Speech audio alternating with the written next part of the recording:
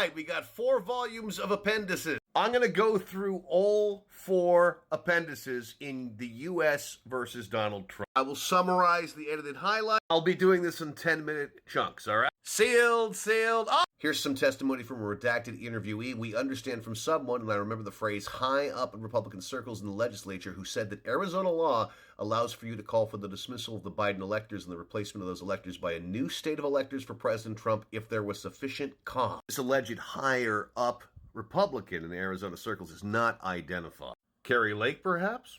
Someone within the Trump circle asked specifically to decertify the elector's position, decertify the election, and allow for the certification of a new slate of electors. And this was for the Arizona vote. And this is what the interviewee says. You're asking me to do something that has never been done before that's supposedly constitutional, and I swore an oath to the Constitution of the United States, and I also swore an oath to the Constitution and laws of my state, and I'm going to just willy-nilly do this? December 4th, did you have a call with Redacted, another attorney working for the president on his efforts to oppose the election result? Is that attorney Giuliani or Jenna Ellis? How did Redacted respond when you told him, I must be Giuliani, that you still didn't have proof of the claims of election fraud that you had been demanding? Efforts to put the fix on Mike Pence to not certify the election. There was apparently a letter here. There was the Patriot Party of Arizona who threatened this particular witness. Sounds very much like Civil War, doesn't it? And this Patriot Party was threatening, harassing, and violent. All right, page 51, sealed. Come on, where's the good? All right, we got to page 127. Here's some stuff. And this witness is giving the questioner shit.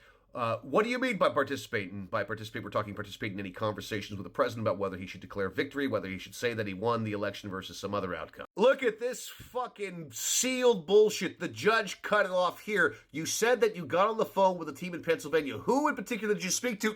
Cut off! Obviously, some shit was going down in Pennsylvania where the Trump inside team was pressuring Pennsylvania to decertify the results or possibly postpone them or do something. We don't know because it's still fucking sealed. Page 161, we only have 1 page of this testimony, but it gives us something. Basically, Trump thought that he would win Pennsylvania based on the 700,000 plus margin he had at that moment. And apparently the shenanigans in Arizona were used to try to also tamper with what was happening in Pennsylvania. Nobody had called the election yet. Trump and his team was already interceding in the democratic process. More redacted stuff. Seems like you have a memory of this. What's in that blank page that's redacted? All right, this section on page 168 deals with January 6th. The motherfucker was more concerned about getting a Diet Coke than talking down the fucking protesters. What a dipstick. And this is where the interview is cut off. Again, all right, 170 pages in, and there's a lot of sealed material. There's already a case that Trump's team was pressuring election officials in Arizona and Pennsylvania to decertify any election results even before the fucking votes had been counted. Oh, he is fucked here.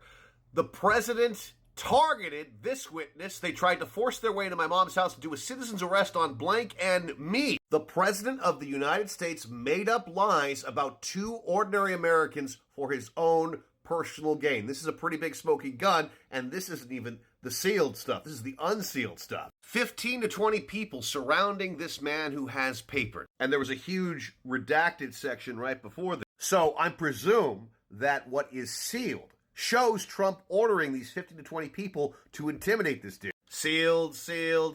Now, a lot of this overlaps with the January 6th investigation. And we're only now just seeing bits of this. A series of text messages, of course, we can't see those. And now 2 people are talking about whether the vice president has the authority to alter the results. And they're going to a constitutional clause. Interestingly enough, someone within the Trump team says the Supreme Court would cause such a case to be lost with the exception of Clarence Thomas. So it's just possible that whoever on the Trump team is being redacted here, they knew they had Clarence Thomas in their fucking pocket. They're going to be really disappointed that I wasn't able to persuade you. Who the fuck are they? And here is the outline of the coup and the goal on page 271.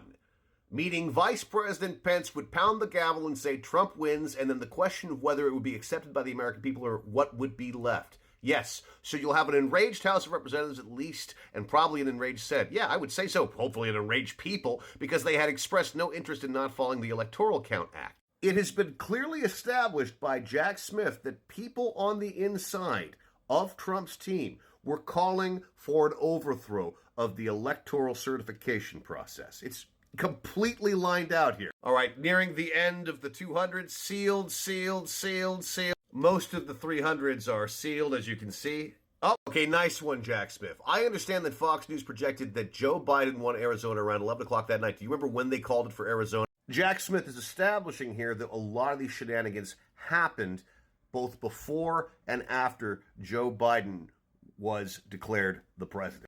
A phone call with Bill Hemmer from Fox News probably wasn't particularly family-friendly. I was a little bit shocked. This message was passed along to Trump. Ooh, this is particularly bad for Trump. You can see them counting the numbers, wanting to know where the numbers were and where they were tracking a lot more of the numbers, people doing a lot more of the talking. So the Trump team was clearly angling for the number of votes needed so that they can then later on make phone calls to various election officials and say, we need to find X number of votes. They were counting the fucking votes, and they needed to know how many votes they needed. And if my interpretation here is correct, because a lot of this is still sealed, they were planning multiple fucking stages to take over the White House. If they couldn't interfere with the election itself, they could do so through the January 6th insurrection. Jesus fucking Christ. And here it is. There were suggestions by, I believe it was Redacted, to go declare victory and to say that we'd won it outright. Yep, here it is. They wanted to say we won it, they are stealing it from us. Where did all the votes come from? We need to go say that we won. And essentially anyone who didn't agree with that position was being weak. So essentially, if there were people who followed the Constitution within Trump's camp, they were told that they were soft and weak. Either get on board with the overthrow, with the coup, with the insurrection, or you are not loyal to Trump. Fuck me. Sealed, sealed, sealed, sealed. Come on! Come on, God, I want to read all of this! And I would say that 60%, maybe 70% of the whole fucking thing is sealed, at least in Appendix 1. And remember what I said about finding numbers, getting the exact amounts? This was promulgated on right-wing media. This person, Redacted, I was on the Neil Cavuto show, and we were talking about the election. I think I shared some data points. So they're talking numbers. Once the Trump team had established the strategy, it was then important to reiterate those numbers for the MAGA cult, so that they would show up and have some kind of bullshit to justify their presence at the insurrection. The Speaker of the House told me I might be getting a call from the President of the United States and advised me that my display on my phone would say Spam Risk Egypt. Spam Risk Egypt. That's my new handle on the chat boards. And here we have more. There are allegations of election fraud. There were no allegations, but if you say that there are allegations, then if you live in Trump fantasy land, there are allegations. Look at all those names redacted. Senators and representatives, in addition to the Speaker of the House, talking about this fucking plan. Holy fuck, can we get some impeachment? Can we reveal these names and investigate these fucking traitors to America? Because here we have it. Trump was behind his desk and present for this entire meeting with these representatives and the senators. God damn, there's a lot of corruption here. Even after the meeting, Trump is giving him trinkets and souvenirs. God, you narcissistic fuck. Trump very adamant about Wayne County in Michigan.